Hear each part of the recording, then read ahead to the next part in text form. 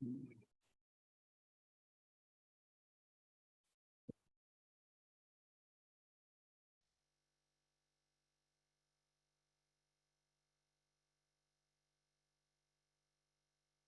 we're going to start the meeting now. Welcome to tonight's Board of Selectmen meeting. Today is March 14th, 2023, regular Board of Selectmen meeting. Myself, Bob Carlson, Selectwoman Nicole Porter, Selectman Brett Mastriani are in attendance, and we start with the Pledge of Allegiance.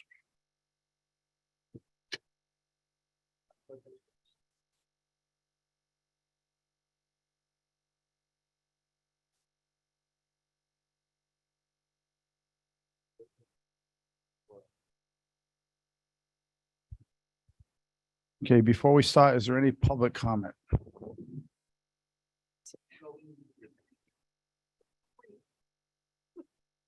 Hearing none. Is there any public comment online? No. Selectman comments. Are there any comments by either select person? I just have something quick in light of all of the conversations between Board of Finance and us regarding capital, the C word. Just want to put on future agendas how we operationalize that. How do we create, I mean, it's hard because I know that the town is not a corporate entity. I'm used to, like right now in healthcare, there is no capital money because we're all losing money. But do we take the overage each year and do we dedicate a portion of that? But anyway, just if we could put on the agenda for future meetings, how we're going to move forward with a whole capital process. Thank you. Great idea. Brett, anything from you tonight? Yeah, I would actually just like to make a motion actually to add something to the agenda tonight. I'd like to add, and I don't know where you'd like to add it, maybe after number 10, but I'd like to add use of grant writer for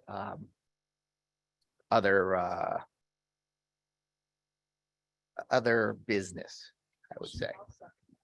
So we're going to add that up to 10. It'll be 10A. Grant writer discussion. Sure. Okay. Okay. All those in favor, say aye. Aye. Aye.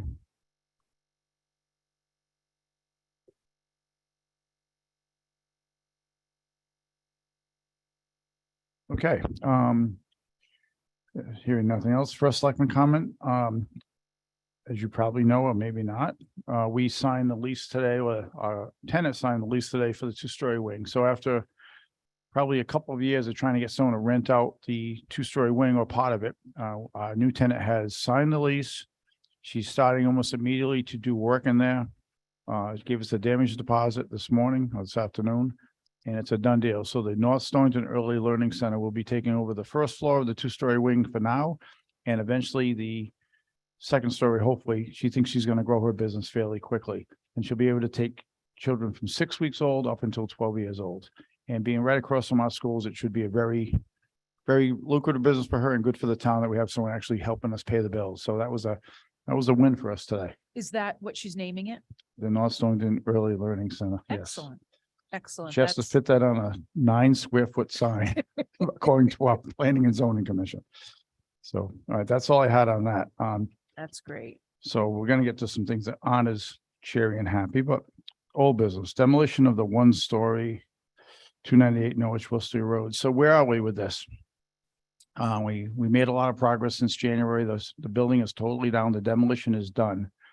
What's left is the building of the wall and the hydro seeding of the property. And then we'll come back and probably in June with a community conversation once we're past the budget. So people will be off that, and we can talk about something positive about what we want to, how we want to repurpose that property. So the negative part of that, I had a discussion with the owner of Best Tech the other day. We have a difference of opinion on what the balance of the project should cost. If I have to, I will get our attorneys involved, but I hope it doesn't go that far. I hope we can just come out with some common sense that would help both the town and Best Tech. But they bid the project at a certain number of dollars. They can't bring it in at that because of things that were found after the project started. But that's not our fault. I mean, I was in as you know, the lumber business for 44 years, and if I missed a window or a door in a project I was quoting, I ate the window or the door. It was my job to quote the job. So we also put a lot of money into that as a town. We moved the water, tied in the library, moved the water ourselves, put temporary water in, then put permanent water in. Alan's been involved with this from the beginning. We also had to pick up their fence 3 times. It fell down, and you say, well, that only cost the town about $500 to do that. But what would be the risk if someone had walked in there when the fence was down and got hurt? The town could have been liable for us, so would Bestech. So we prevented that by getting the fence back up. And there were other things we did in town. We had to pay an attorney, an architect rather, to design the wall. If they weren't planning on building it, they couldn't have built it from scratch. So we paid Rusty and the architectural firm to design the wall that could pass and be built.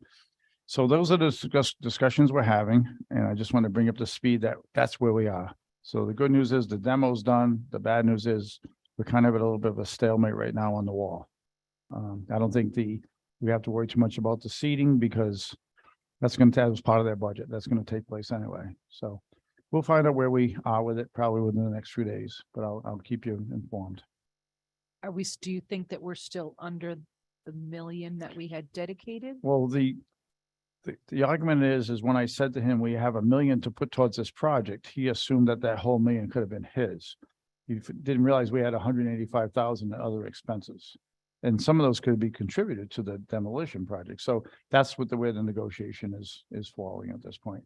But we've always tried to be transparent, nothing hidden, keep everything in the public eye. And that's why I'm saying this tonight. So we've done it throughout the project. And just because now we at a little bit of a stalemate doesn't mean that we stop talking about it. We always should let people know where we stand. So, okay. Any questions on that before we move on?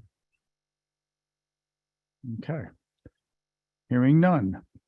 Now we're going to get back to some happy news. So how we bounce back and forth here. The happy news is we have in attendance Peggy Merrick, who would like to be on the Economic Development Commission. The commission's already passed that forward to us for an appointment. And I think if we could just have maybe Peggy say a couple of things about herself and her background, and then we could vote on that, and then she can get home before the snow starts flying. So Peggy, would you mind taking it and just use this mic right up here?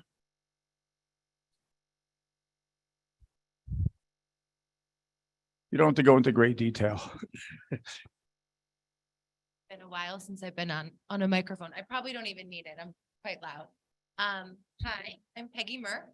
I'm a fairly new resident to the town. I moved here with my husband and my 2 sons about 2 years ago. I'm a full-time marketing professional. I've been with a brand called the Jessica Simpson Collection excuse me, for the past 17 years. So kind of helped build that brand from the ground up, covering all things PR, communications, social media, etc. I enjoy it. I'm thankful I've been able to stay. I'm full-time remote now, so I travel sometimes to Los Angeles. My husband as well, full-time remote here in North Stonington with a bunch of travel. And then a mom. I have my 2 sons. They are in the first week of May going to be 7 and 5. So a first grader and a soon to be kindergartner. So we love it here. We're here for good. And Mariah at the Tim Peddler, who I've become good friends with and a loyal customer too, knows me and kind of recommended, bubbled it up. I thought about it for a little bit and it really feels right. And it's the time, and I'd love to get involved a little bit deeper in the town. That's fantastic. Thank you. You have a past chairman of the EDC that was chairman for 13 years. Wow. And Nicole was actually the secretary for a few years too. So we have economic experience on this board. So thank you for putting your name forth. Yeah, thank you. Okay. Thank you for having me, or potentially having me. Yeah, and another tough part, right? Okay. I don't see any reason why we wouldn't want to have such a qualified person on our economic development and someone that's so happy to be in our town. So I would accept a motion at this point. I'll make a motion to accept Peggy Merck for the EDC to fill a vacancy on the Economic Development Commission. I'll second. Great. Any other discussion? Hearing none, I would just talk it up to all of your friends. There are a lot of boards and commissions in town that are in need of help. So talk it up. That's great. Two of our friends just in the past 6 months followed us up here. So we are, Nice. we're digging it. thank Excellent. you so Thank much. you. Thank you guys. All right, so all in favor, say aye. Aye. Aye. Okay, so you are officially on. So between now and the next meeting, if you could go to town hall, introduce yourself to the town clerk, Antoinette, if you don't know her already. She'll take about 5 minutes to swear you in and you're good to go. Perfect. All right. Thank you. Thank you for coming Thank tonight. you. Drive carefully.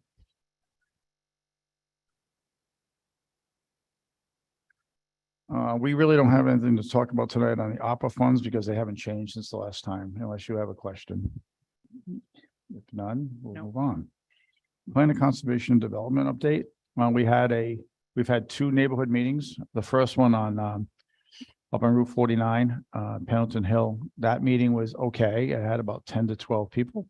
Last night was the Wyosop Road meeting at the Grange, and they had about 23 people. Oh, that's great. So so it seems to be growing. That's great. I'll be attending the next one, which is the Three Lakes District, only because the one after that's the one from my area. And I want to see how it works in case I get thrown into some sort of a role. So Yeah. I'll go to the one for Three Lakes. One of that's Northwest Corner Road area.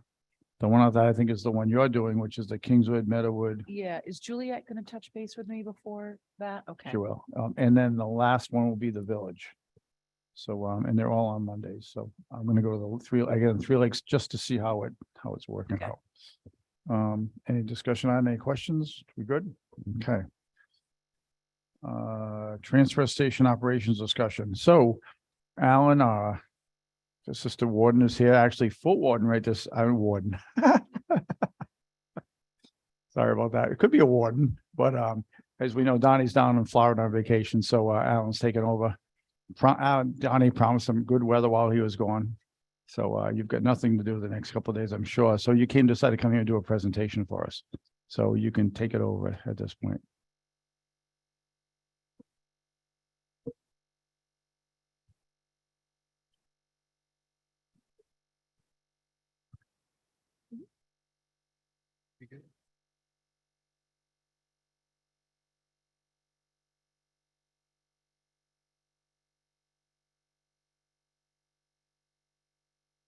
So we looked into a couple different options with the transfer station. Is that on? Was that? I can't see the light. There we go. How's that? Better? Oh, boy. All right. There you go. So we came up with a couple new maybe ideas for the transfer station after looking at a couple other towns. This right here would be the 2 trucks and 2 trailers we use right now. One's a 2002 Stecco walking floor trailer. The other one's a 2010 Spec Tech. With the 1987 would be the green one. And the 1998 Mac would be the red one in the picture. I think it was the 2002 that's actually supposed to be in the budget for replacing this year. With the money being put away, we might have a couple other ideas. We might try to pass through you guys, see what you think. This is the recycling, what we do down there. We do a rental compactor through Casella. They also do the hauling for us weekly, a couple times a week. They haul the containers out. We pay $216 a month for the compacting unit itself. The $190 is the hauling fee twice a week for each container they bring. We fill roughly 2 40-yarders a week through Wednesday through Saturday. So this is our setup that we have now. That's a down below picture on the left, and then up top that everybody sees when they throw it in. It's recessed underneath because we used to have walking floors for the recyclables as well. We've changed, like I said, to the compactors now. So this would be what we have for household waste right now. The truck with the trailer backed in, of course, would be the middle. The excavator we use right now for the packing to get as much as we can in the containers and not send a half a load or anything like that. That actually was like a half a load after one day. I don't remember what day exactly I took the picture, but that's got another at least half a day in it before we have to swap trailers. This is what we use for scrap metal at the transfer station. We have one for aluminum and one for steel. Cal-Mary does the hauling and they give us a percentage back. The proposed thing is we could start to do maybe our own hauling to Yarrington's. When we had looked back in June, after COVID with everything, the prices kind of go up and down. They fluctuate heavily, depending on what we get back. It also depends on how mixed the loads get. I got a couple phone calls last week that said there was a 60% steel and 40% aluminum in the aluminum one. Most of the time it's just people not knowing what's aluminum, what's steel. Sometimes it's hard. If it's shiny, everybody thinks it's aluminum. Not all the time though. It could be coated steel. So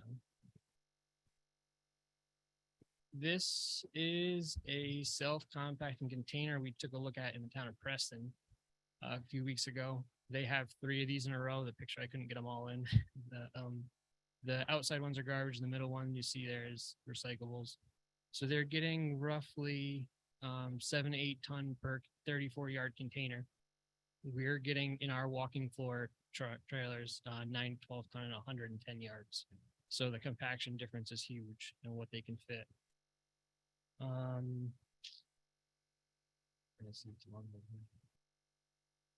We were thinking about going to, well, actually, additional uses.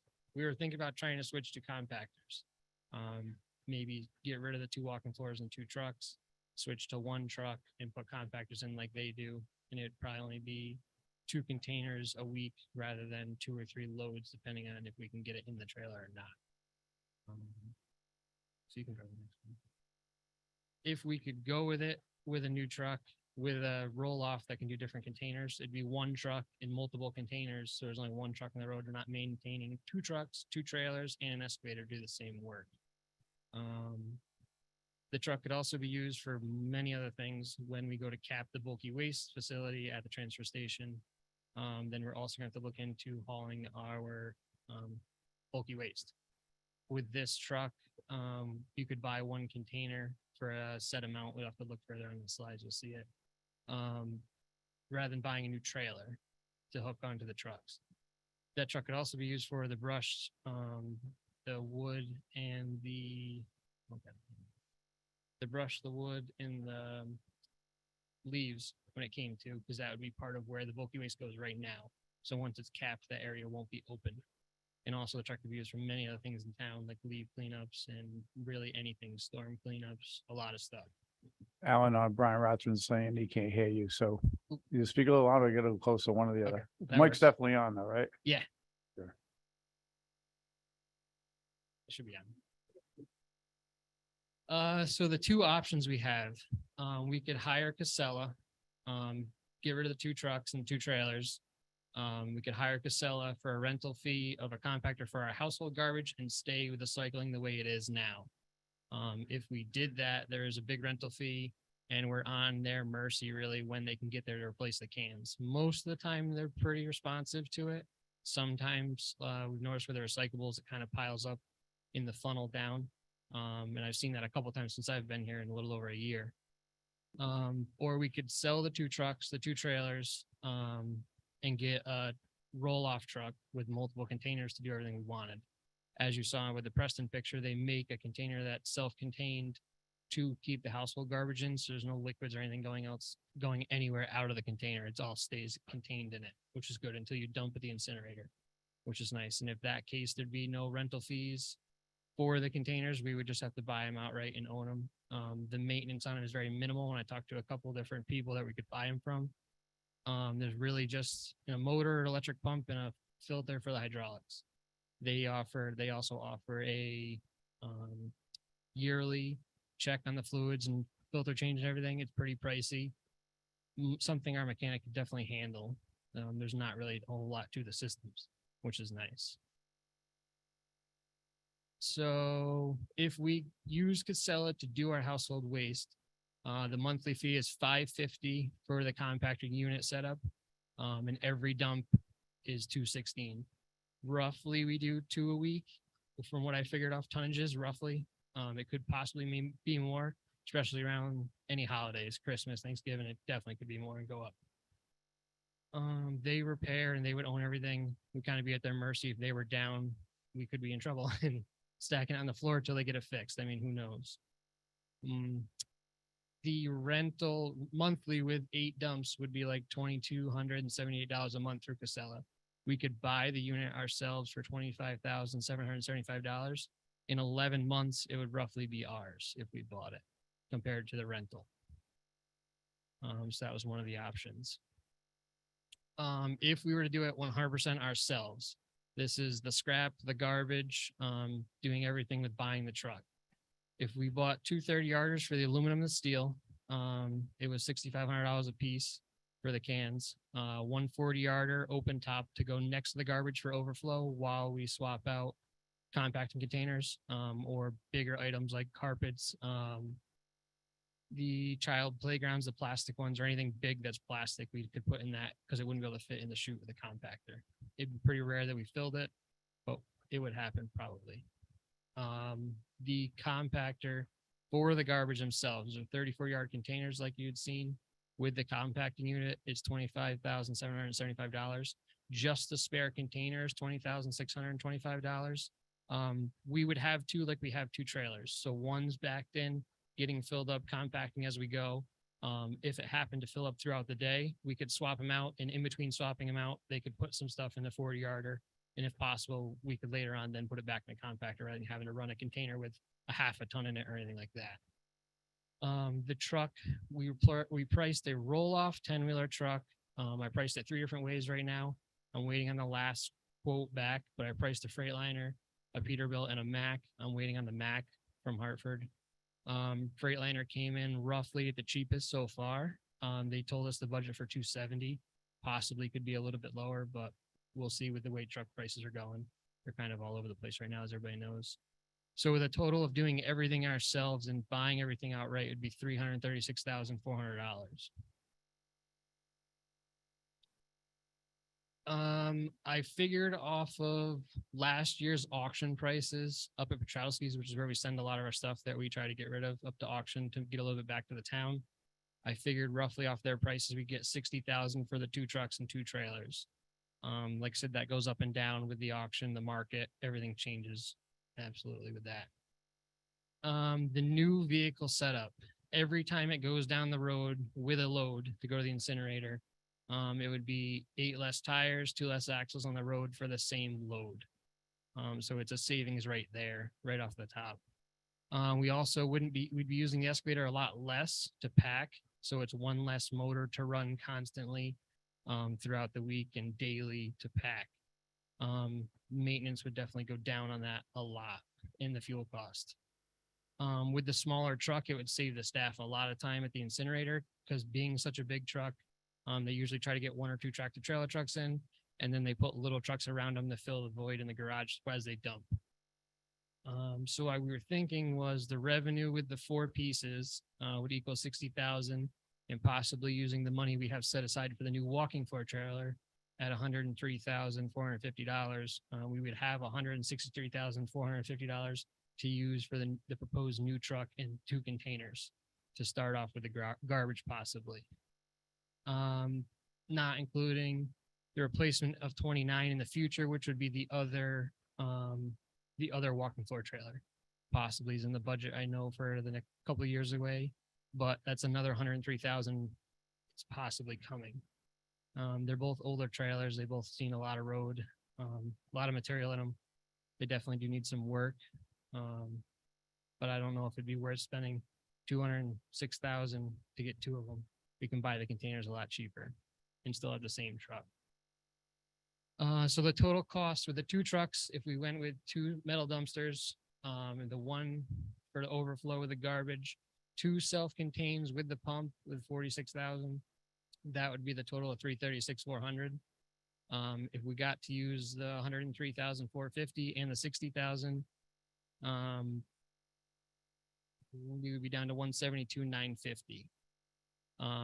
This is not including the metal revenue and the dumpster rentals monthly that we would charge if we use Casella or we got back.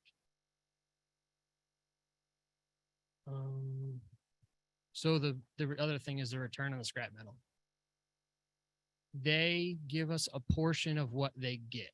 So say there's 3 ton, we get a portion of that because we rent the container and they give us, say, it depends on what it is at the time, to be honest. I looked back in June last year, only because our scrap metal dumpsters were full. And we needed to make a load because we were full of refrigerators and ACs that had been evacuated of the Freon. At that month, 1 day apart from the load they sent, they were giving us $50 a ton. We got $100 a ton at Yarrington's, which is a 1.5 miles away, I think. So it'd be a 50% return rate there, or 100% return, sorry, if we could do our own hauling. And for the short distance, it's not putting a lot of wear and tear on the truck at that point. That was the thing about the scrap. So truck 20 would be the Red Mac. We worked on that. We did new transmission in that I want to say a year ago, 1.5 years ago, probably 2 years ago. That was a year. So that's got 10,000 we just put into it not too long ago with 208,000. We actually have had a problem for the last 3 months that we haven't figured out yet. There's a problem with it going from high to low, which is just use over the years, which is in the transmission. There's a high side and a low side.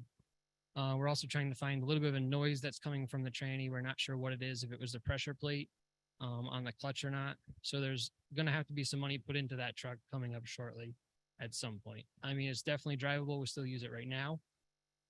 We did have to down it for a week to do brakes and some other stuff on it, good greasing and cleaning and everything. So we had to get the green truck running because it's been in the garage for a while because it doesn't get used weekly. It's a backup truck, which is good that we have it because sometimes we do need it in a rush. It did take us a day to get it back up and running, get the batteries back in it, get fluids all checked, full of fuel, because like I said, it has been sitting for a while and hasn't been used much. Which is, everybody knows if it sits, it's not really good for it. So we try to use it a little bit, but it's hard to do. We also have the excavator in 26, 27 to be replaced in the budget, I think. And that was 200,000. I think that was put in the budget a few years ago. I'm sure prices on that have gone up like everything else. So that we could take out of the budget and save that for a later date, because we definitely wouldn't need it right now because it wouldn't be getting the hours and the use out of it if we had the compactors ourselves. The other thing I looked at with, actually, I don't have to worry about that right now. So it's really just, I think it'd be easier to have one truck with multiple containers than it would be to do a new walking floor trailer if we get to the bulky waste portion or have to replace it. Like I said, the containers are a lot cheaper. A 30-yarder was almost $7,000 and a 40-yarder was, I think, almost $9,000. I don't remember off the top of my head. They're a lot cheaper than 103,000 and there's no tires on it. So there's no maintenance on the container itself unless they get beat up, which wouldn't really happen because we have a truck. It's not like it's a rental company where they get dragged around everywhere. They just get pushed on and off the truck and it's a lot easier on the container. Yeah. Yep. Okay. How does the loader play into this? That's in the budget for this year. The loader doesn't play into this right now, because we still need a loader to push the bulky waste, push up the leaves and all that as well. So the loader doesn't really play into this as well. It just plays into the 103,000 we're putting towards the walking floor. I don't see a good reason to replace it now and then 2 or 3 more years have to replace the other one because it's coming along in the same shape as that one for use reasons. I think it'd be a lot easier to have a roll-off truck and that one truck does the same job and we wouldn't have to have a spare and an extra trailer and everything. So what would it be? What would we be taking off the road? The 2 walking floor trailers and one of the 2 trucks. 2 trucks, 2 trailers, and the excavator would get a lot less hours in use. Okay. And you said we'd make more money on scrap because we'd be bringing it ourselves. Yep. We'd be saving money on the haulers. We'd be Yep. hauling ourselves. And we wouldn't have the rentals Got it. of the containers weekly. I did price out on the recyclables. So there's a tonnage fee, the same thing with the rental. You rent the compactor, you rent each dump that they charge for us. I want to say that was $190 per load they take, the recyclable containers. On top of that monthly, they charge us a fuel cost on top. So we pay, I forgot exactly what the number was for the rental on that. But I know it was 190,000 per container they pull out that's full. And then on top of that, I have anywhere from $140 a month to $213 a month on top of all those rentals. 216 a month for the rental and the recyclables compactor. So I don't know if you know this, but the Board of Selectmen have cut the loader in half. It was 207. I think we took 107 off and left 100 in Yep. to buy the loader next year. So we can't get that till next year anyway. Yep.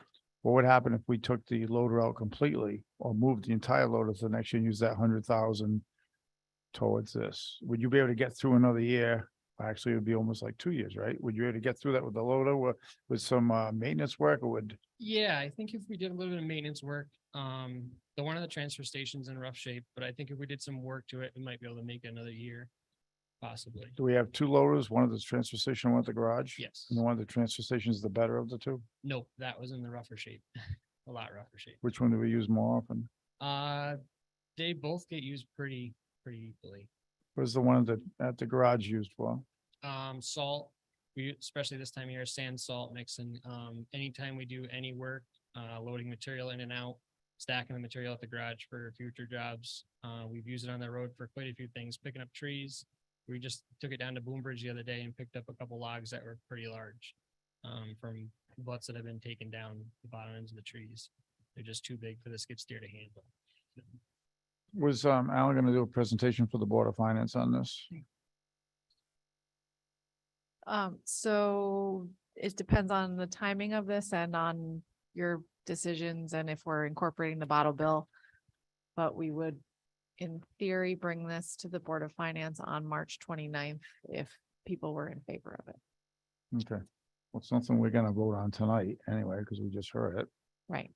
But we're But, gonna talk about the bottle bill money and how it could be incorporated into this plan. Yeah, that's on the agenda. Any other questions for Alan on this?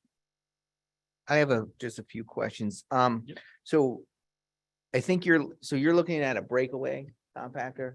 And- So the recyclables are breakaway. The garbage would be a contained unit.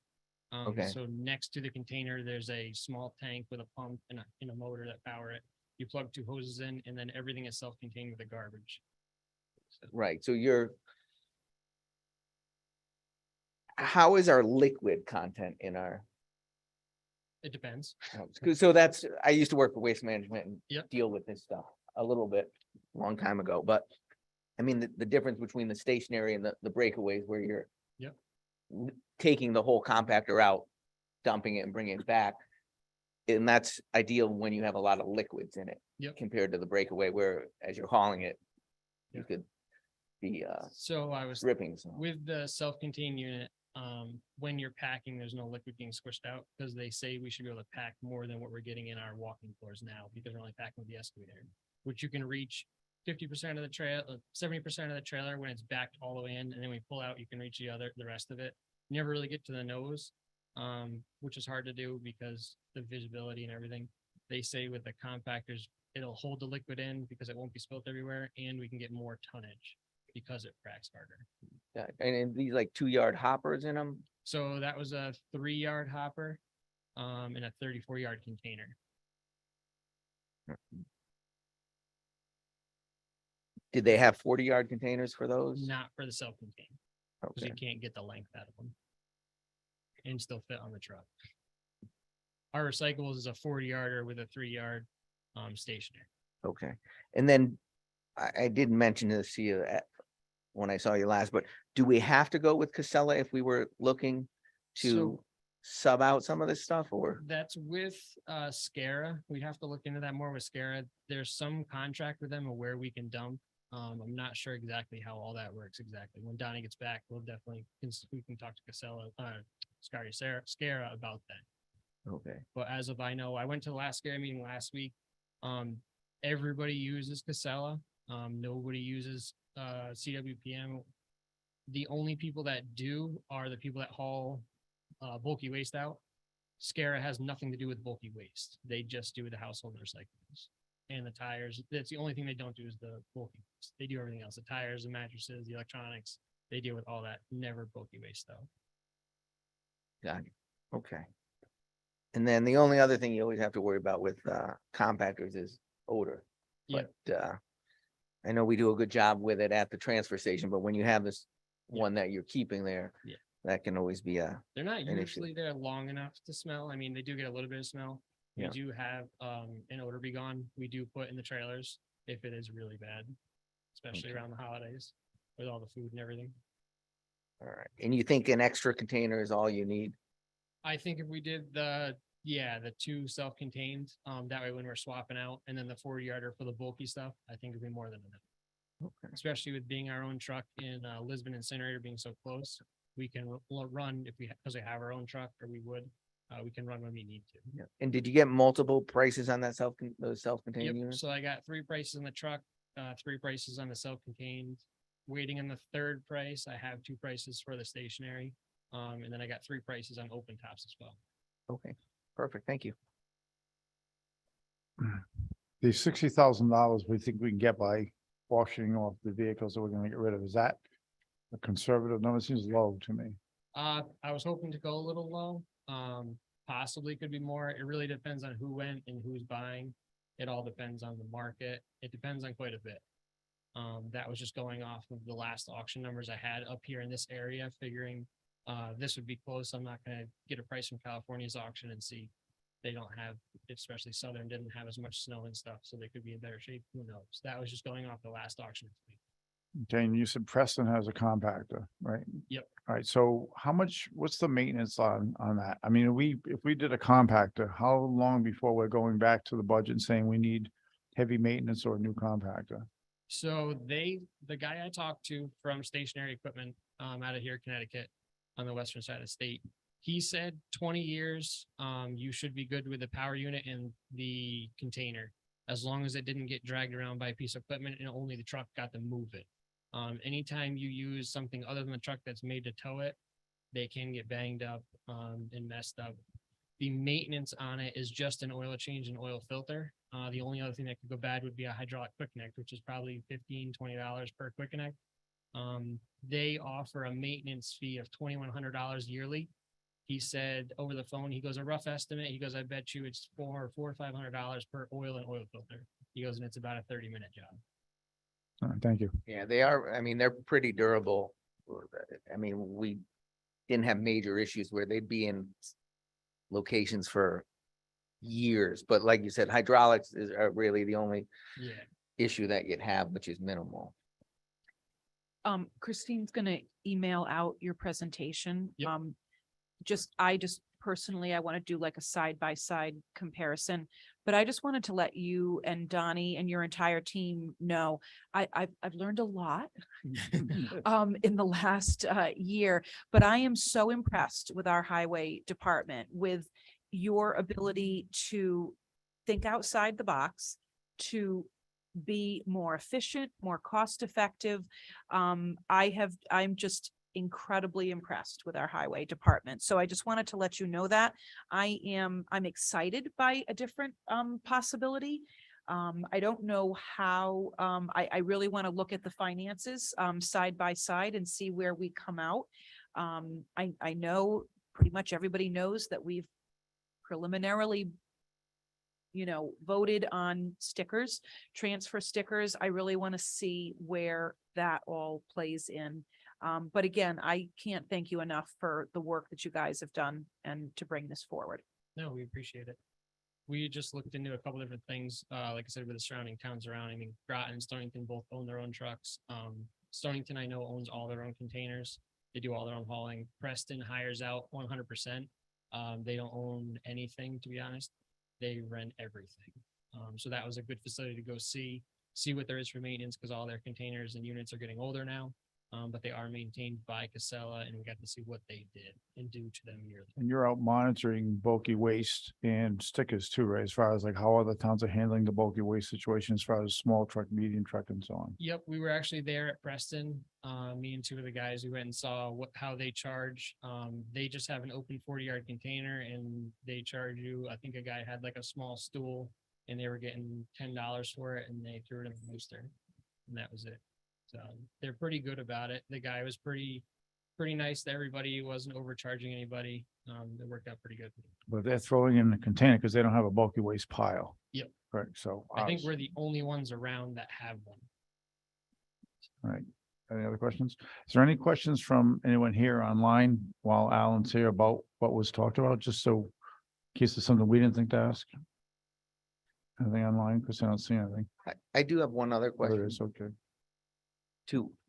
How do you see it fitting in like the loading of it So, compared to now there's a big area for people just to throw and yeah. not have to really So we're worry gonna have about missing. to have to do the same thing we do with the recyclables. We're gonna make kind of a funnel or a chute system. We're gonna shorten it all up, because I think the hole was like 4 by 3.5 was the top of the dumpster that the garbage has to go through to get the compactor. So we actually talked to the facility that builds them. They can actually make a steel funnel that comes up to the top, even with the can.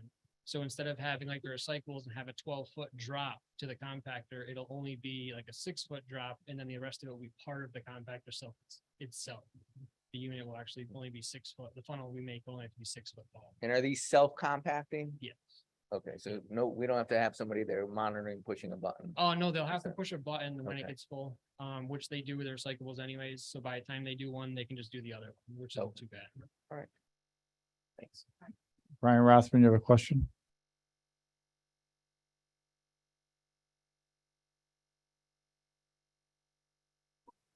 Brian, are you there? Do you have a question?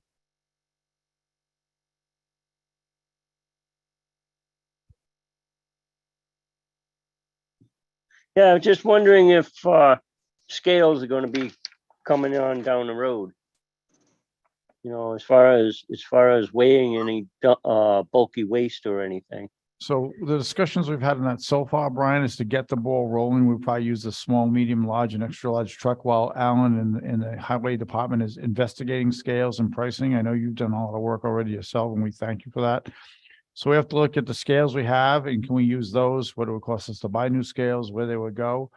But I didn't want to wait till we had the scale question answered before we implemented the bulky waste fees. So that's why they're looking at Preston and Montville, because they do a small, medium and large truck bulky waste system. But that'll at least get us started. We can always go to scales if it makes sense, but at least we get the program started.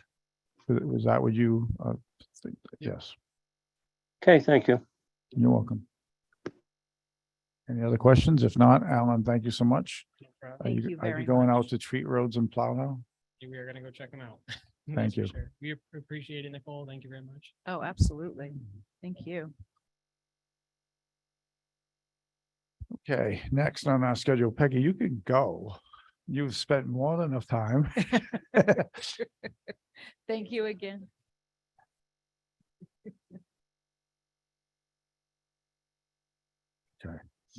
Okay, next on the agenda, the bottle bill funds discussion. You want to take that? I would love to. Perfect.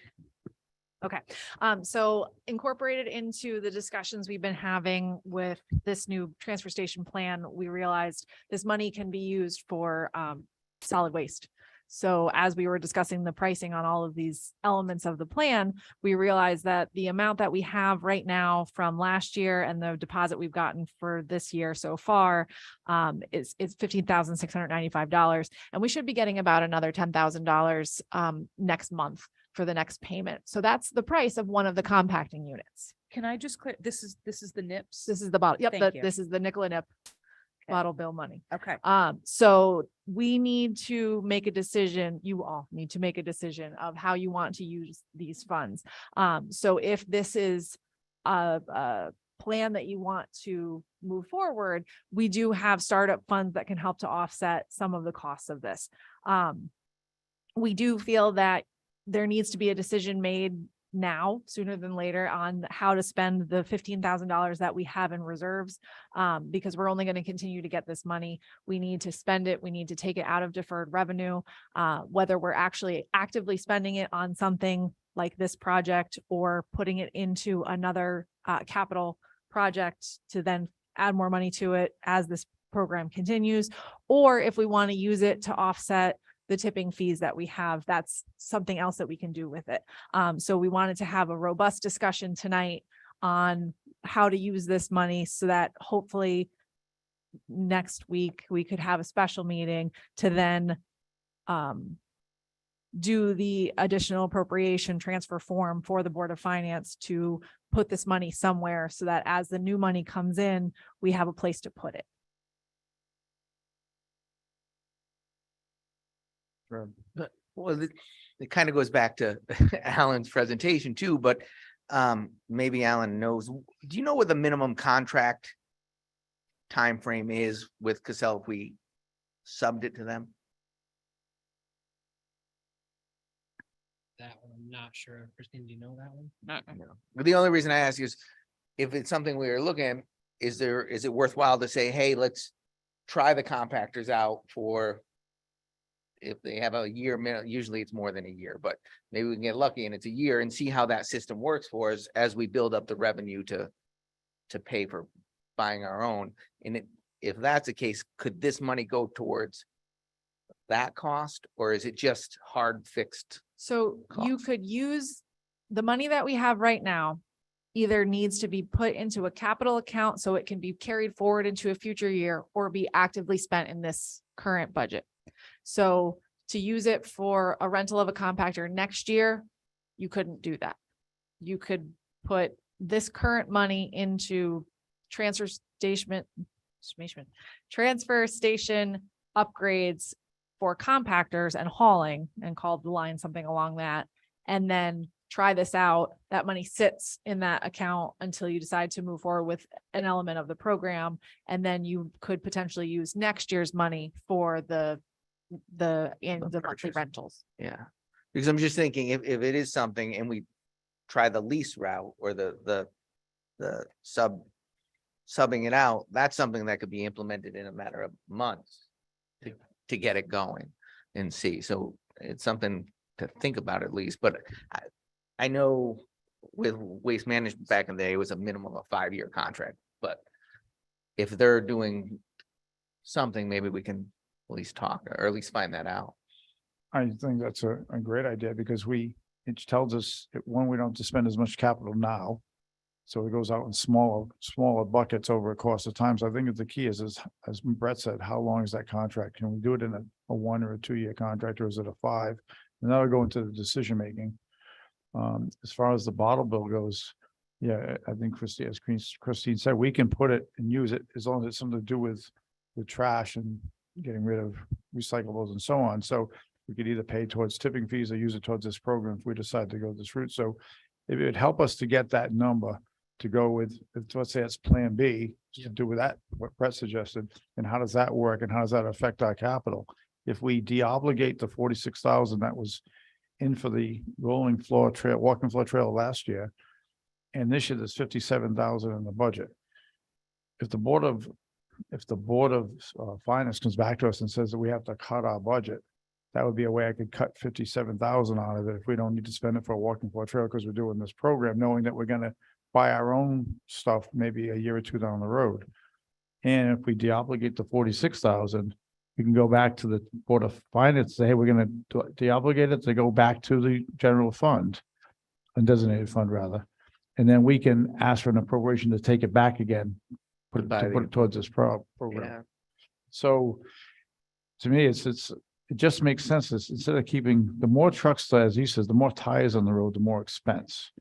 So even though there might be a little bit more expense now and looking in long term, and I agree, they're doing a great job of looking outside the box, and maybe it's good having another set of eyes on things too, because Alan's coming in new to the picture, seeing things. We work for the state, bopping over to Preston to see how they're doing things, and then he sees this. So I think this is the kind of things we want to be doing in our town. So yeah, we can get some pricing on Brett's suggestion, it would make sense. And then as far as the conversation of the NIPS, I guess we're gonna wait in about a week. We're gonna get direction from the Board of Finance, right, on how.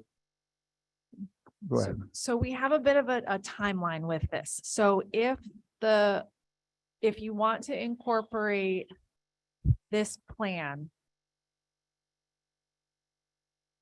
Okay, so the budget is going to be represented to the Board of Finance on the 29th.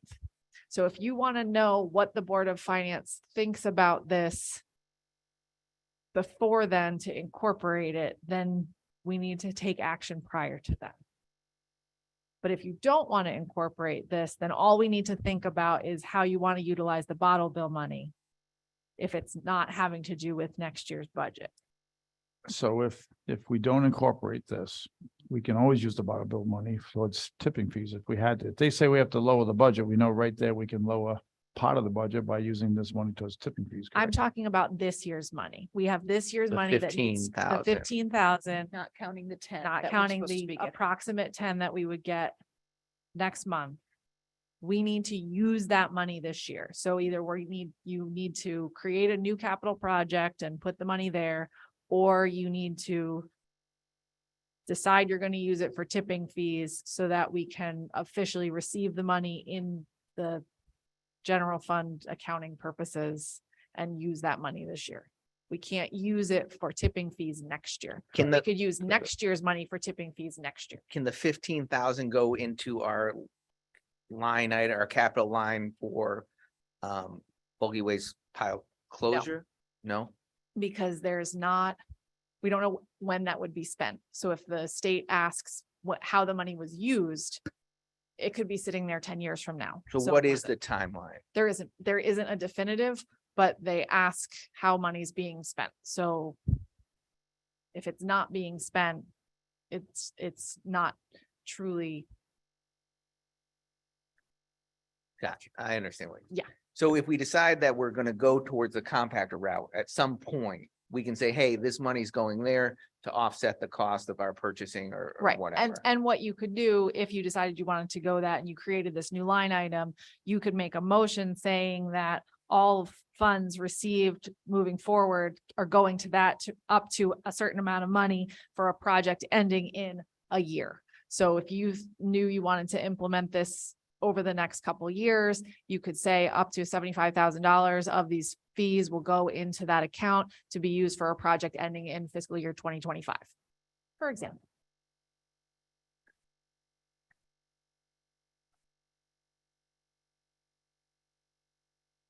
It's a little confusing.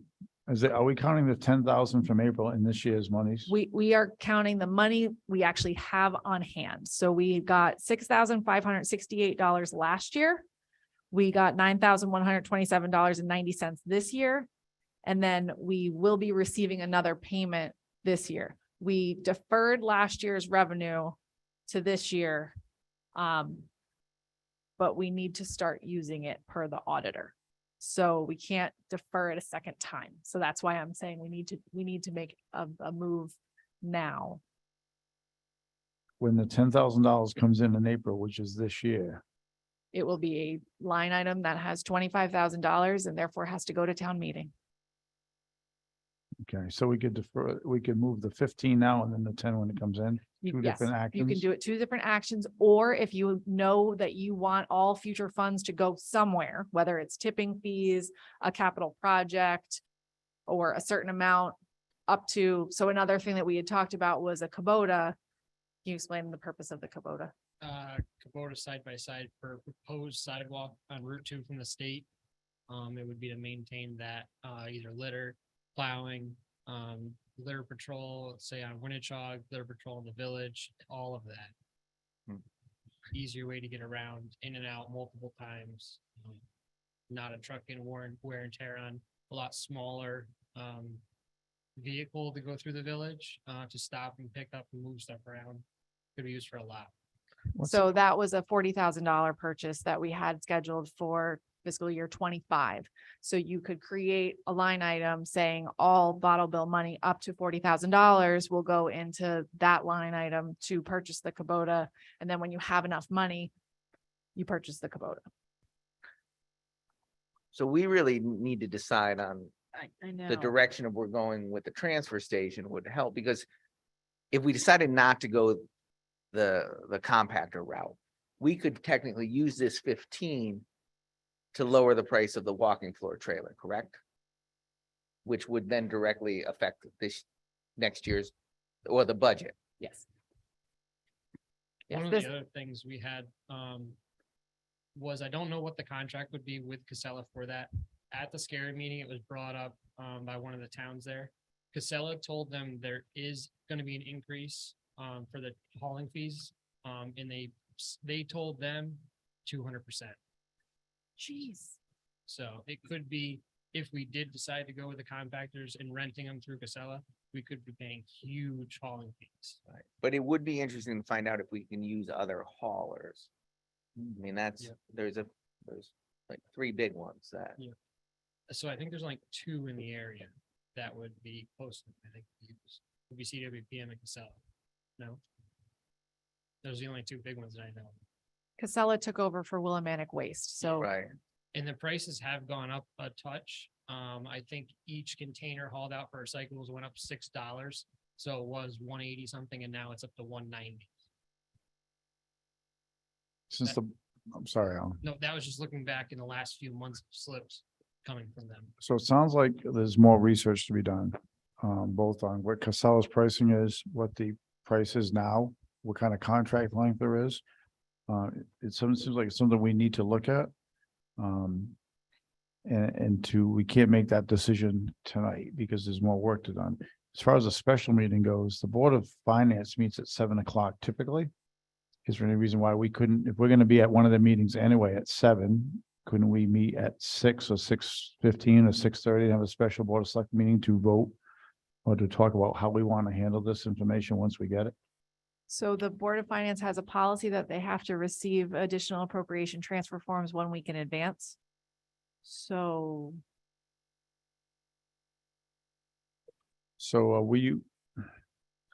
is our best bet to then allocate the money into a capital line item to be used in this area? And do that, be done with that? that would be my recommendation. As the but with Director bottom of line- Finance, we're looking for recommendation. Yeah, I think the best thing to do with it, because you do know that you have projects that you want to do that are related to solid waste in many ways. Whether you created a new line item that had to do with this. So I called it compactor hauling transport station upgrade. And then it could be used for, if you put off buying the scrap metal containers an extra year and did phase this program in, then you could continue to use the bottle bill money to fund those things as you move forward. But if you're not ready to commit to this, then you would need to decide what line item, either existing or new line item you'd want to create to put this money into, but you have to have a designated project. So just my opinion, is when we're looking at $200,000 trucks, walking floor trailers, as he said, there's one that we'd be completing this year, and then there'd be another one 2 or 3 years down the road, because that one's starting to go down. And then there's other equipment, other replacing of tires and maintenance and on the dumpsters or the cans or whatever they're called. There's not a lot of maintenance. They might get banged up and scratched, but there's not working parts that have to be replaced. Sounds like the compactor might have some work that has to be done every once in a while, but it's not major. And we have a mechanic on duty that can do that. So I guess if we're gonna take that money and use it for something good for the town, and then in the long run and phase in something, and as Brett said, get all the facts and figures, put the numbers together like Nicole, so let's compare, so we can make a good decision. But we know in general, this is probably a good decision. Somehow, this is gonna be a better decision than what we're doing now. We're always talking about how we're cutting capital and we spend so much on capital. This would eventually lower capital, correct? Once we get this in place, there's a lot less trucks we have to worry about replacing.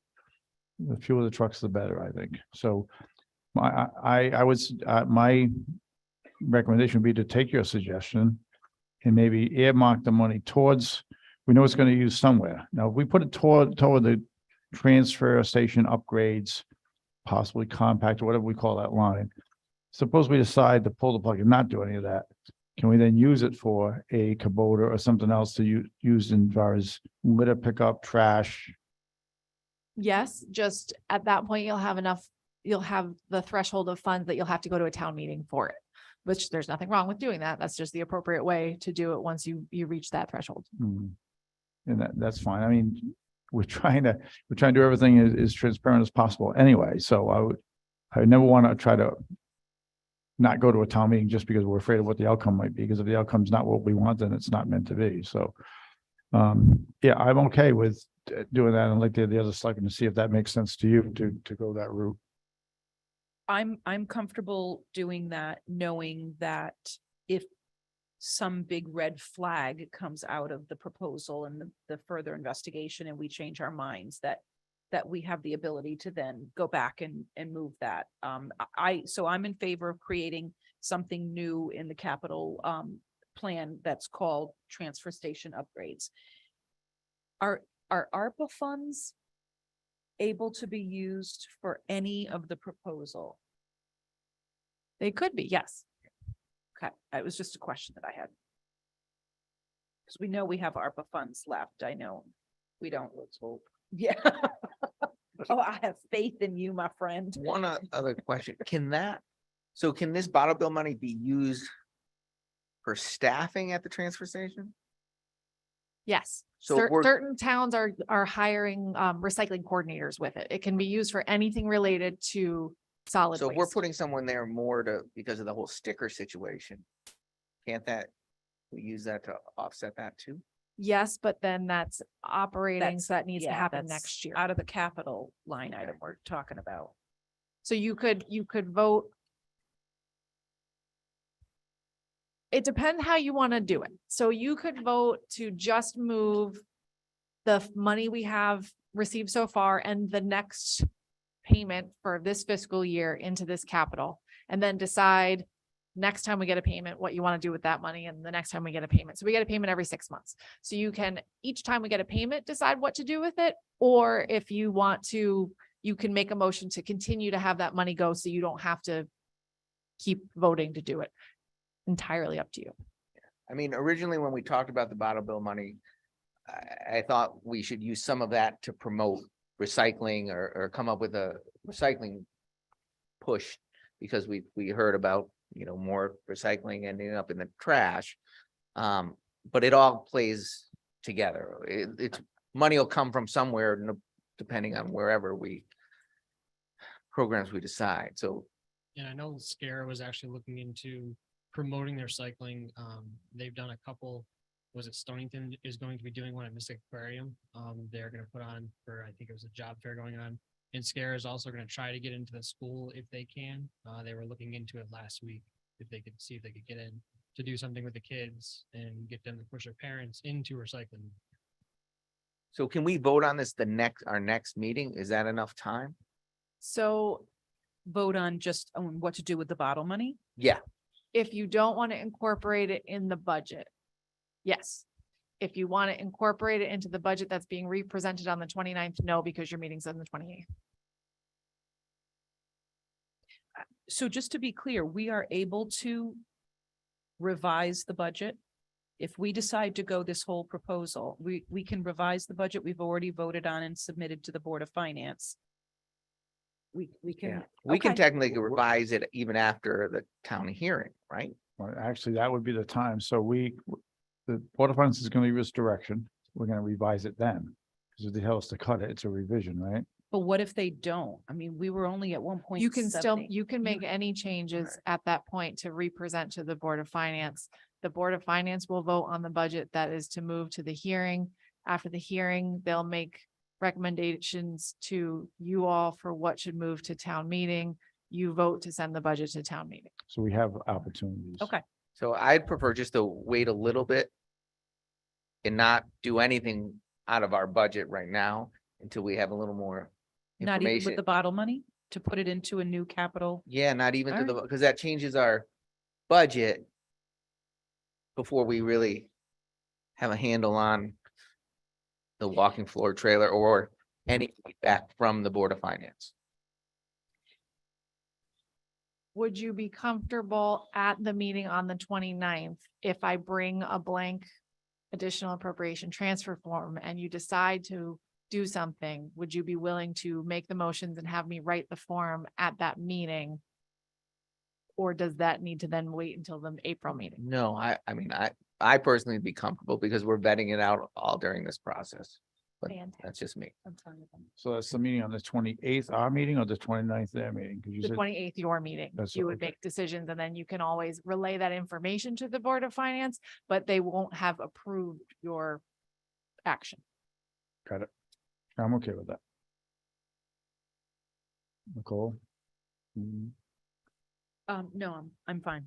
Okay. If no other questions, Alan, I think you're good now. Sorry about that. Thank you. Thanks, You Alan. had one foot out the door and then we pulled you back.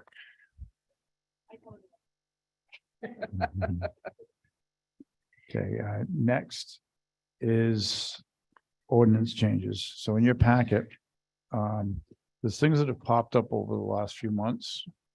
And they're actually kind of all over the place, but things that have happened in town were asked questions, and as you'll see in the first one, the alcohol on town property.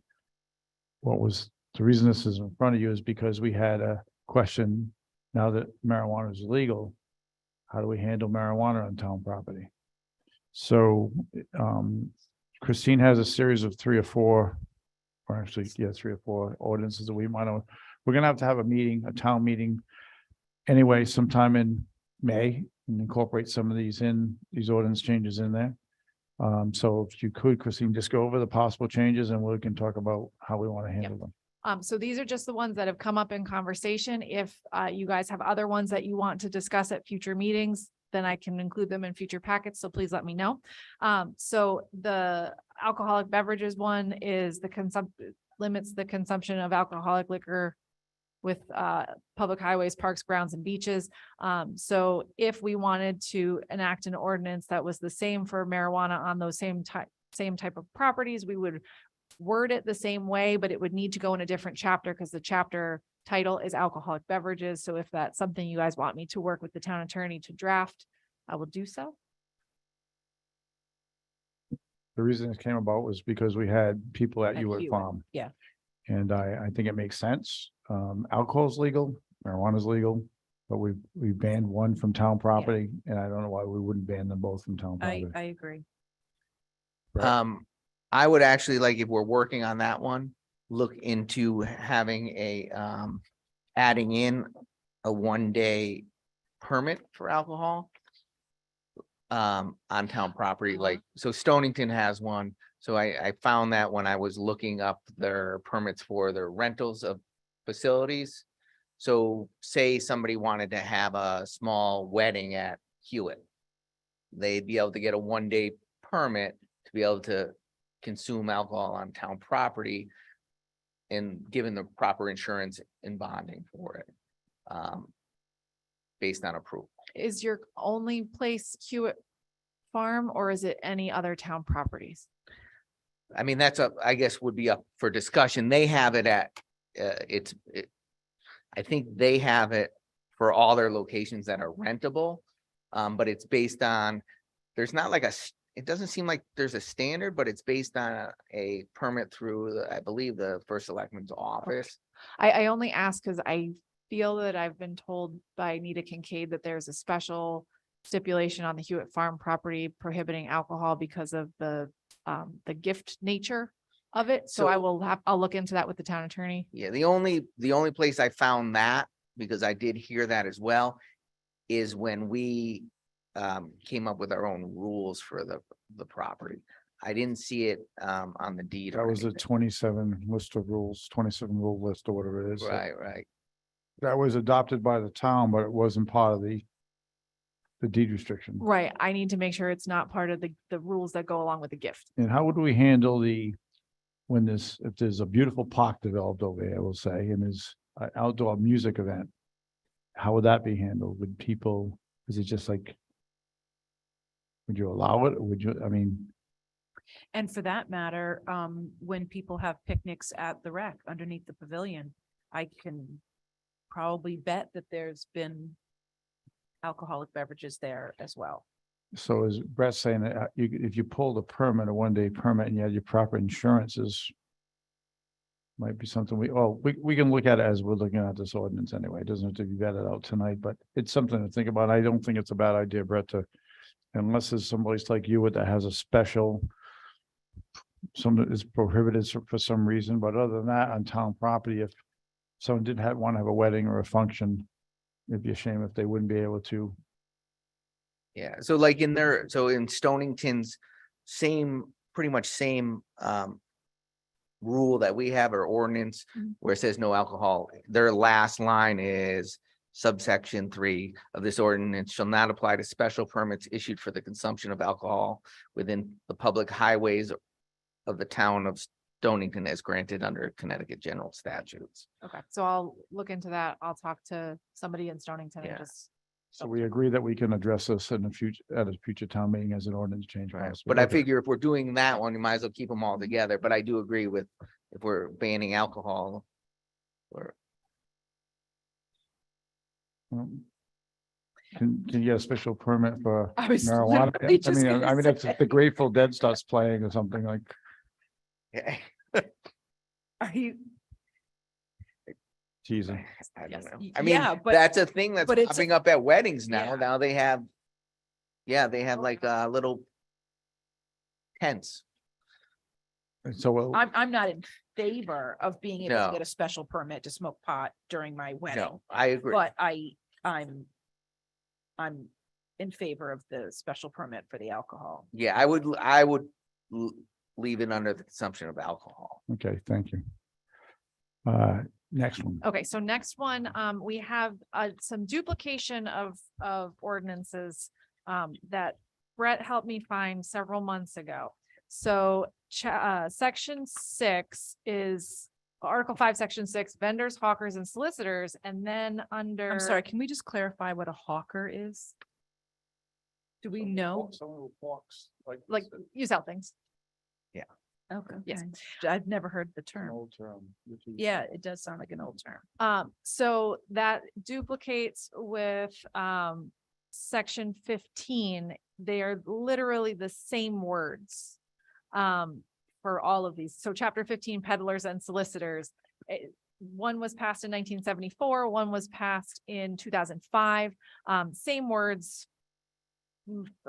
So would you all be amenable to me cleaning up, making sure one of them has all of the same aspects and then just take the duplicate out?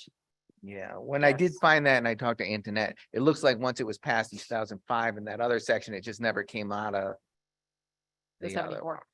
one. So this is also, this came up because we were talking about, events in town having vendors at them. So we do not currently have an ordinance for a temporary event permit or special event permit. We have a policy, that we follow that is a zero cost temporary event permit.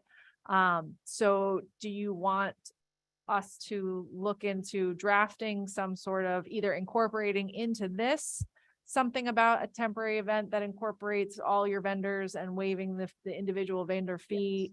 Do you want to incorporate it in this, or do you want a separate ordinance? How would you like me to I would- attack this? Personally, I think it'd be in here and it would just clean it up. So the problem is it started with the parade and Yeah. but then we don't enforce it on the fair or certain things like that where we try to collect permits. So I think the idea is to have one permit for the event.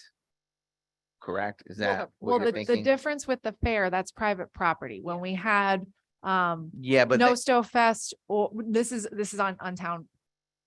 no, if you read it, it It's doesn't upon say, public streets, walks or grounds of the town. Or going house to house. So that's why Trinity Solar and those types of entities have to have it. And so this, my interpretation of this is an event at Hewitt Farm, an event on Main Street, any of those type of things require the permits. But if Jonathan Edwards had a food truck at his winery, they would need to do this because they're on private property. just like wasn't the there Grange. one that says within the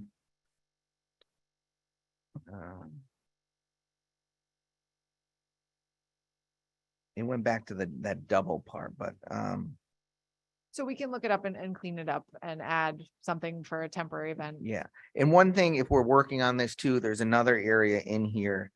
And I don't know right where it is off the top of my head, but it says that they're supposed to, whoever has a hawk or a permit to solicit. So like the solar or any of those are supposed to then first of all, give a list of where they're going in the houses, and then they're supposed to give you a list of, I think, of all the orders or something, or it's in here somewhere. And that might be just something we want to just take out because So why We don't we don't do do this? Why don't we, in the meetings between now and the town meeting, when we deal with ordinances, why don't we have this on our agenda, ordinances on our agenda each night? We have these written ordinances today. If anything else pops up, we can get copies of those. As selectmen, we can read these, make recommendations, come back to a meeting, discuss them, rather than try to go through them now and try to identify it. So I know I have not read these in great detail, but I think we just keep it as a rolling thing on our agenda. I And then we're cleaned up by the time we want to go to a town meeting. Is that okay with you, Brett?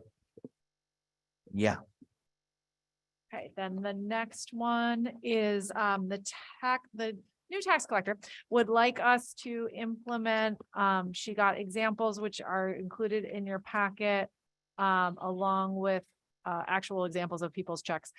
So we currently have the ordinance to waive that we return. So if you overpay the town by $5 or less, the town does not need to refund you the money. We do not currently have the ordinance of if you have a bill that's less than $5, you don't need to pay the town the money. So a lot of other towns have that as an ordinance. So she would like us to institute that because the amount of money that we're spending on printing the bill, mailing the bill, and then trying to collect the bill if they don't pay the bill is not worth the $1.68 or $4.97 that the person owes. Do we have a lot of those? Yes. Really? Would Older that vehicles- add up? It's not substantial enough I can have Daryl run some reports and try to figure out the amount of that, but, it's a common thing that a lot of towns. like this one have. for $1.48. Yeah. So money going one way and money going the other way kind of will wash each other out to a point, right? Right. We don't know which one's heavier. Right. How many people overpay versus underpay.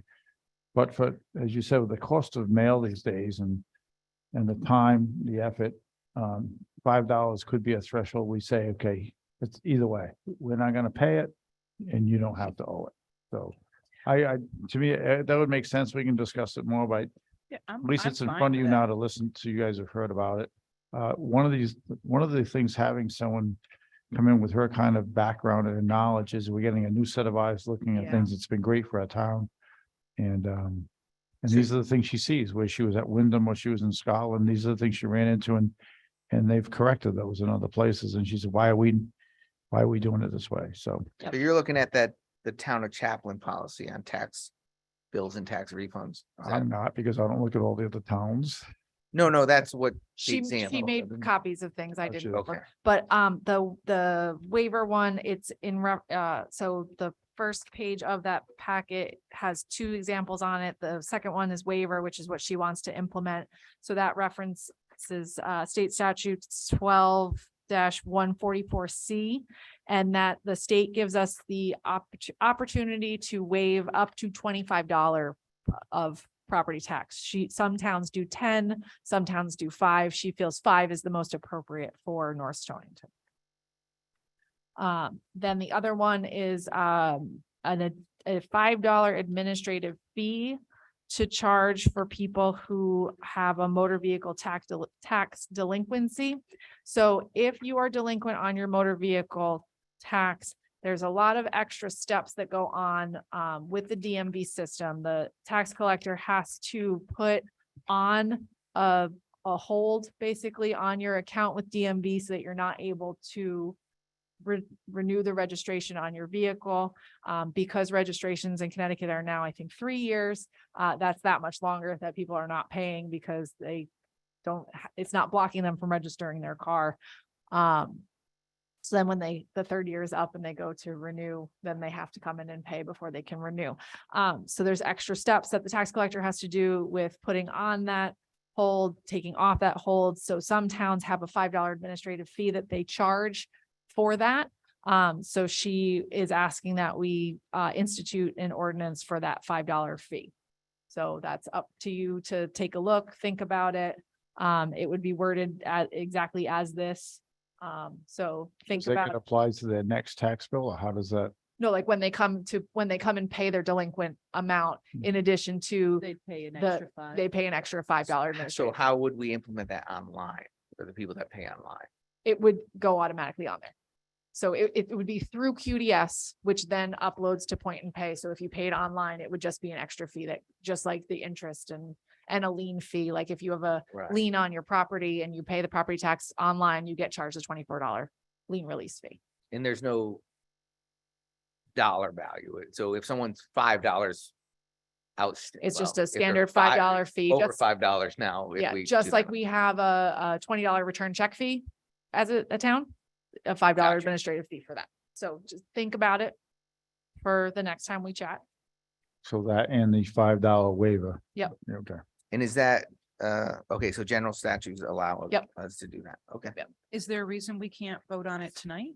Well, we're still, we could, but I was thinking they all have to go to a town meeting anyway, because it's Oh, an okay. ordinance change. Okay. So if we vet them all out and Yep. then go to a town meeting and knock them all out. And I would like to draft the North Stonington version of all of these and tell you exactly where it's gonna fit in our ordinances. So that you know where it fits. Are there any other ordinances that you guys already know you want to take a look at? Brett? That's what I was gonna say as well. No, there are some that have come up as I've looked up stuff, but off the top of my head, I don't know. So if you think of any between now and the next meeting, let me know so I can make sure I add them to the packet and we have them for discussion. Thank you. I think this makes sense to try to get some things changed and cleaned up. Absolutely. Okay. One other thing, so getting back to that permit, for the vendors, how can we get the legal definition of grounds of the town? I will look in our statute, our ordinances and statutes and see what the definition is. Because there's a definition actually in the alcohol that talks That about one talks about in the, it. So public parks, grounds and beaches shall mean all areas of town of North Stonington owned or under the control of town of North Stonington are customarily used by the public. So I don't know if you would use that same definition of grounds. okay. So I will do a deeper dive and see what I can find. Do you think there's something that there's a question mark whether that's public or not, or town? Right. I mean, I think you had that question once too about, is the grounds of the town just town owned property or within the town? Well, I mean, I own property in the town, but I don't think the town can tell me, well, they can to some degree, but they can't tell me what I can if I want to have a wedding Right. in my backyard. Do I have to get a permit for that? No. If it's over a certain amount of people, right? No. If it's I not open don't to the think public. so. Okay. So we are I'm not temporary running a events- wedding business in my backyard. I'm just like having one. Our policy that we follow for temporary events, which is not an ordinance, it's just what we follow, is if it's open to the public and it's out of the general nature of your usual operations. Gotcha. Okay. So, Okay. you know, that's why Jonathan Edwards Winery well, also because it's in their zoning regs, but they get the permit because it's not it's not just a wine tasting, it's not just a wedding, it's a special concert with X number of people. So. That reminds me, I'll be calling John around May to remind him to get all his permits in. Yeah. Okay, any other questions on ordinances, anything online? Anybody want to ask a question? Anybody in the audience want to ask a question on ordinances? If not, we can move on. Tax refunds, that Brett likes to do those, doesn't he? Yeah, well, Brett does that and I do minutes, so go ahead. I don't like. Because Nicole decided she didn't like to do it. I don't know. Don't like to. Okay, so I will make a motion to approve tax refunds in the total amount of No, $1,965.49 to Beva and Brennan LLC, Charter Oak Federal Credit Union, Chelsea Groton Bank, Nicholas Hughes, Jamie Hughes, Francis Johnson Wood, and Patricia Lamparelli. I'll second that. Okay, any other discussion? Okay, hearing none, all those in favor of approving the tax refunds as read by Brett, say aye. Aye. Aye. Okay, before you do minutes, we added 10A. Oh, that's right. Grant writer discussion. Brett, do you want to run that discussion? Yeah, I just wanted to, well, especially after listening to the Board of Finance last night, I'd like to talk about the use of our grant writer for help with grants for entities that come out of our budget. So I was a little shocked to hear that we weren't going to do it last night. And I think actually the meeting prior to that, it was said too. But when we talked at our budget here or at our budget discussion, and we lowered the library, it was one thing that I know I brought up, and I think some of you guys were supportive of saying, hey, the library, if we can help them find grants and use our grant writer to offset some of those costs, eventually it offsets some of their needs, which eventually offsets the budget and the amount that we give to them. Now, listening last night, Bob, you mentioned that, well, we can't do it because where do we draw the line? We can't do little man's. I think those are totally different. And then when I was home, I thought about when you said the library and we can't do that because we can't use town funds to pay the grant writer to do it. We pay our highway department to plow the Wheeler Library. So those is, we're paying, using town funds to do that. I think if they are in our budget and maybe we come up with a dollar value, so not all the groups that we give $1,000 to or whatever, but maybe if something of $75,000 or more out of our budget, that we can allow utilization of our grant writer to help write some of these grants. So we actually discussed this today because I got a letter from the chief asking about the grant writer situation, and this is what makes sense. If we're paying for something in the budget like a fire truck, then we're actually saving the taxpayer. If we use our grant writer to get them a fire truck for free, we're saving our taxpayer. It makes sense to things that we support in our budget, things that we buy in our budget. We should be able to then save the taxpayer money by helping that, getting that through grant writer activity and working with the fire company to do that. So I would agree when it comes to the fire company. I'm not so sure I agree when it comes to the library. I think what we did today, I know I wrote one, I think you guys might have wrote one too, letters of support. I think we can go that route. They have a good sized endowment. We know the library has a good sized endowment. They're not, unlike the fire company, we're not buying fire trucks, that we actually own these trucks. The fire company doesn't own those. We don't own anything at the library. So my feeling is working with the grant writer and somebody like the ambulance or the fire company makes sense to me. You can convince me otherwise, but as of right now, I'm thinking that I can't put the library, as much as I love them, and I wrote that letter today and I was happy to write it.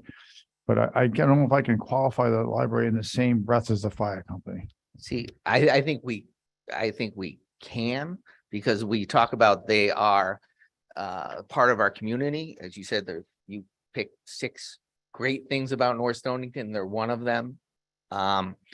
And without them, we wouldn't have a town library. So I think it's important to do it, because ultimately when we were just discussing the budget, they wanted 125. Nicole wanted 110. We went down to 100. These are things that if we can help them with the grant writing to get them more money, it ultimately saves the taxpayers money on the short side of things. So, how much is in our grant writer line item? It's only like 6,000, isn't it? We cut it in half to $6,500. We used to have it at 13,000, which was estimating that he would work 10 hours a week And he does not work 10 hours a week. Yeah. So that's why we cut it to 5, which I think is more than reasonable. I don't necessarily think even if we were having him write additional grants for the fire company or different appropriate entities, I don't necessarily think we would need to increase it at this Okay, point. so if we as the town, you're saying we have 5,000 that we put forward in the 24 budget, 6,500. 6,500. And how many grants? And I know that it's probably different because some are certainly more complicated, but how many grants do you think that would get us if we spent every bit of that 6,500? I would honestly say more than we've ever applied for. Okay, Right. so I did a lot of thinking last night as well, before, during and after the Board of Finance meeting. Why don't those entities just put in a line item in their own budgets and ask us for money? So if the town as a whole is putting in 6,500, and that's gonna pay for way more grants than we're gonna end up needing, why wouldn't the fire company, or why wouldn't the library have a line item in their own operational budgets that say has $1,500 in it to help them with grants throughout the course of the year? I think that that's cleaner than picking and choosing who can use the town's grant writer. Put it in their budget. And if part of what they're asking the town for in the budget season, they're asking for $100,000, which is what the library got, then have the library squirrel away $1,200 for a grant writer of their own that they can enlist, not have to use ours, not to have to compete. And the same goes for the fire company. That's just my proposal. But- Because who else would we really be thinking about Right. that would want to go for grants? I don't think there's many, but ultimately we fund the fire department. So we'd be paying for that anyway. Percent of the fire department. They have a portion of their own revenue that they are making that is helping with their own expenses, just like the library uses a portion of their endowment to help with their expenses. I just think it's cleaner that way. So what Bob and I talked about earlier today with this is if it's something directly in the budget. So somewhat like they were discussing last night with line items, but not exactly. It's a capital project. So say in the past, the town funded the library doing a survey or the library getting new windows. If it was a project like that, that was identified that was going to have a direct expense to the North Stonington taxpayer, I think it would be appropriate to have the grant writer help to look for grants for that or to write grant applications for that. Just like a new fire truck. For operations of the library, I don't necessarily think that that's what our grant writer is there for, because the Wheeler Library would be getting those funds. You don't know that those are going to directly offset. The town's not going to give them less money in the budget because the grant writer helped them get this grant. But maybe we could, Maybe you could, but the money's going to the library. The money's not coming to the town. right? But we keep saying that we wish we can give the library more money. They need to get to a certain point. And then we cut them based on the budget. So if we can allow them, and maybe it's just they get approval. So, I mean, I was gonna make a motion tonight because it's not a everyday operation of the town. I was gonna make a motion tonight for it to be over a certain dollar value that they can approach either the Board of Selectmen or the Selectmen, the first Selectman, about a grant and say, we would really like help with this from your grant writer. And then you can approve it or not approve it, but at least we have something on record that says these anything over a certain dollar value out of our budget, an entity, we can help them if approved. Do you put guidelines that help either the board or Bob decide whether it's worthy of letting them use the town's grant writer, or is it just? I think it would be a presentation discussion at that point. But I think giving them the resource if needed, because sometimes it's hard to find a grant writer that, you have one grant a year and you're going to go out and try to find a grant writer to to do that for you when we have someone, and ultimately it helps the residents of our town and could potentially help our budget making So process. I'm not opposed. Do we know if, and I was thrilled to hear that Chief had found some type of a grant that they could go for. Right. Do we know if the fire company has ever gone for grants before or asked to use our grant writer or? The fire company we did help the fire company write the grant for the radios, which was in the budget and then offset the budget. Yeah. So All right, the so- money, So, and I'm not saying that we use the grant writer to where the library or any of these entities come to us and say, hey, we'd like your grant writer to search out grants that could help us. I'm saying if they locate a grant and say, we could really use the help to get this written and submitted, that way we're not wasting hours for our grant writer looking for these grants. This is something if they see, they can have the town's grant writer and his expertise write that grant. So it sounds like there's already been a precedent set that we've done it in the past. There's no hard and fast rule that says we can't apparently, so.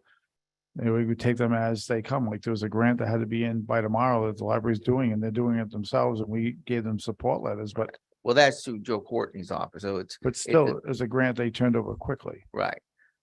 So, I mean, I'll make a motion, and if you guys second it and talk, I'd like to make a motion that any nonprofit or entity that comes out of our budget for that we fund $75,000 or more, based on approval of the selectmen, our grant writer can help write the grant.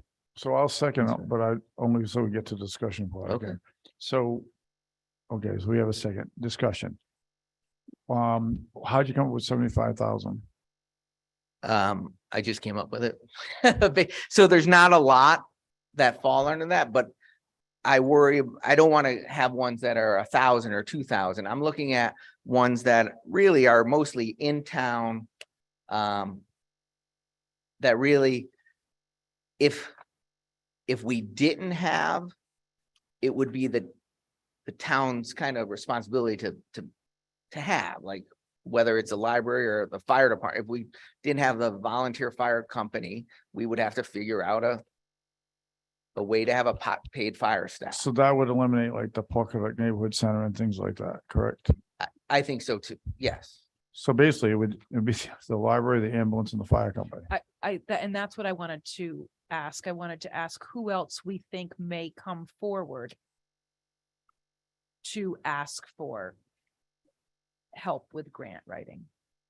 And what happens if we go over our 6,500 because we've now opened it up? I mean, I know what happens.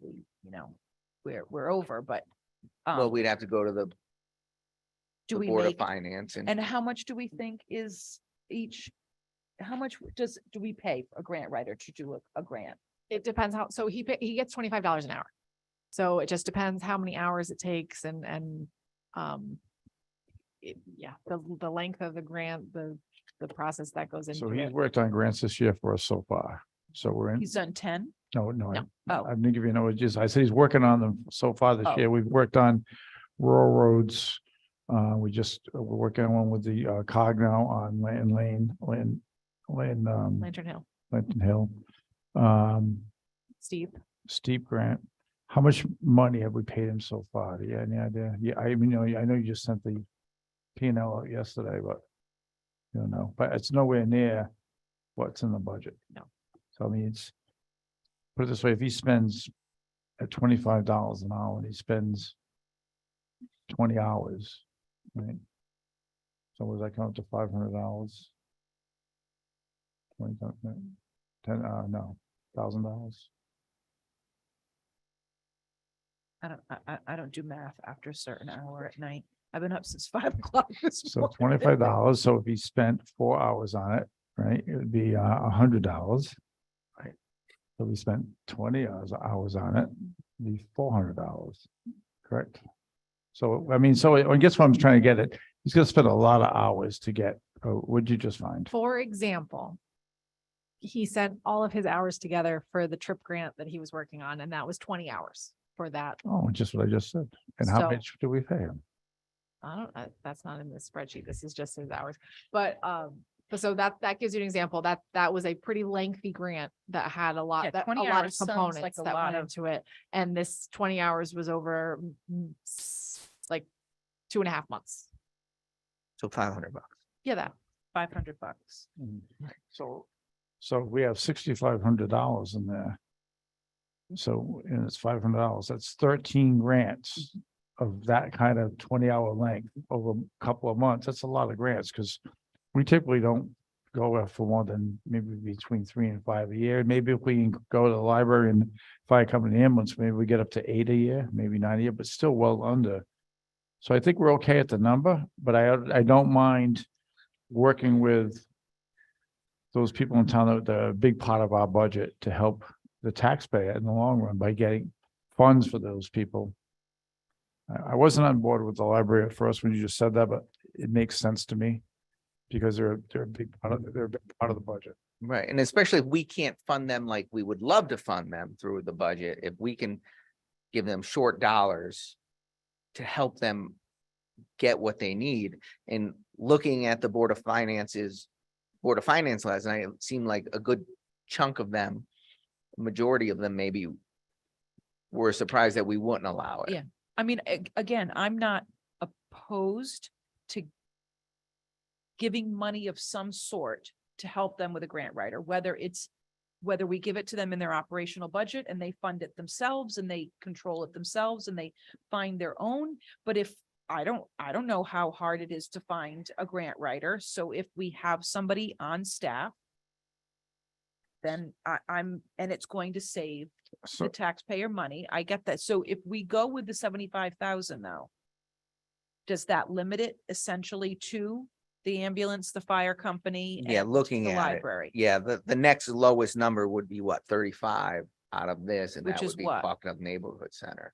But I Yeah, don't think but they see, would but even they're come not to, even and a it's a town. different kind of entity to Yeah. me. and they have a grant writer. And they probably, I'm sure that they have their own grant writers. So, Brett, was your motion for the board to approve it or for the? I first said the select? board to approve it. That way they would come, they would say, hey, we found this grant. So the only Would thing like- I will caution you is, as you saw with this grant, many grants have a very short turnaround time. So if they have to wait for a Board of Selectmen's meeting to then ask if it's okay and then get the grant writer up to speed and then have him start working on it, they may miss windows. But I'm okay. You had said either they can go directly to Bob and get his approval, and then he can just include it in selectmen comments at the beginning of if our it's a meetings. frivolous grant that we think is ridiculous, they want to buy a giant umbrella to put over the library so no one gets wet when they're outside, that's not gonna happen, you know? Right.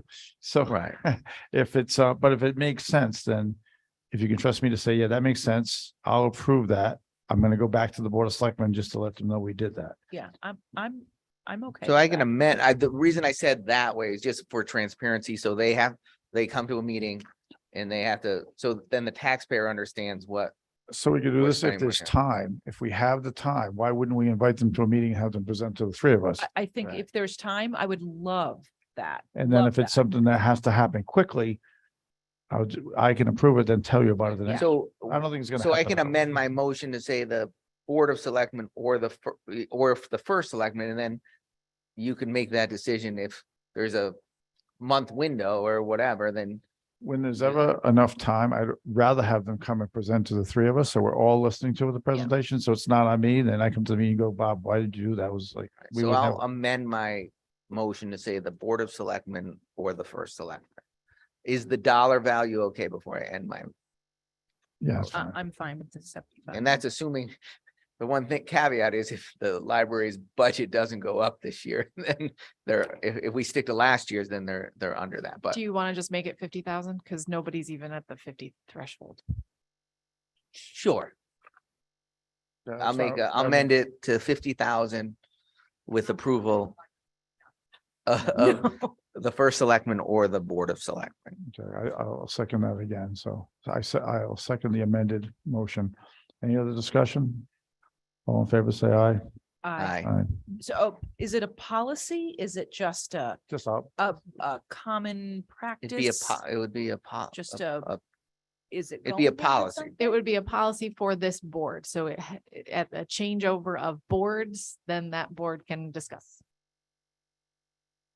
So if the What? three of you are not sitting here in December, then that next board can talk about what they want to do. But if we make it a policy, they'd have to change the policy. I mean, there's a lot of policies that we follow that were voted on by other boards a long time ago. I really just wanted to know how we communicate with them and what the steps that how do we let them know Well, that I we think now when voted they on this? contact me, I'll tell them that we Yeah. voted in a policy and this is Yeah. the policy. I think that we could reach out to them. Can we just reach out to three entities and We could, Bob can let do them that. know that it's I can now? reach out to them. Okay. I'll reach out to the fire company again. I sent them a letter today, tell them we would work with them. I'll amend it and say. Alright.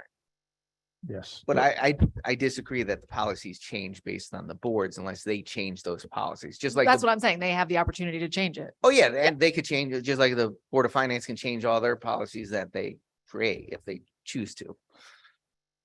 Okay, Okay, it's approved. yes. it's Did we approved. vote? We did. We did. Okay. Okay, let's go tax refunds. I mean, now we did. that. No, Let's We go already did. minutes. We're just going to refunds. minutes. Minutes, I'm on And Nicole's minutes up. right now and then I'm on adjournment. I make a motion to approve the Town of North Stonington's Board of Selectmen meeting on February 28th, 2023 at 6:30 PM in the North Stonington Education Center and via Zoom as written. I second. okay, the motion is approve the minutes for February 20th has been seconded by Brett. Motion by Nicole. All those in favor say aye. Aye. Aye. Is there any public comment, either online or? Brian, Yeah, I didn't get my hand up quick enough when you were talking about the audiences. On the medical, on the marijuana and the alcohol, I know some people have medical marijuana cards. I don't know if that'll go into the equation or not, but I don't think there's many people out there with medical alcohol cards. So just to give you something to think about when you go over that again. thank you. all. And I'll Thank make, you. sure when we put that on our agenda to discuss, by all means, you can be here and add or subtract from the discussion. That's fine. But Okay, the- thanks. You guys are But it's a great. good point. A medical marijuana card it's a good point. Thank you. Yep. Anything else, Bri? No, that's it. All right, thank you. Good night. Any other public comment? So we have next meeting March 28th, but that's true and not true, kind of. Because it's true for us, but we have two meetings in between that are Board of Finance meetings that I just want to make note of. On March 20th, the Board of Finance is going to review the Board of Ed budget, and even though it's not on the calendar, they're going to review our budget at the same time. Then they're going to come back and give us guidance on Wednesday, March 22nd, which is a week from tomorrow. And then we meet on March 28th, our own meeting, and then the Board of Finance will meet again on March 29th. So it is March, which means we have a lot of meetings, but but March 20th is our next official Board of Selectmen meeting. If nothing else, entertain a motion for adjournment. I'll make a motion to adjourn. All those in favor say aye.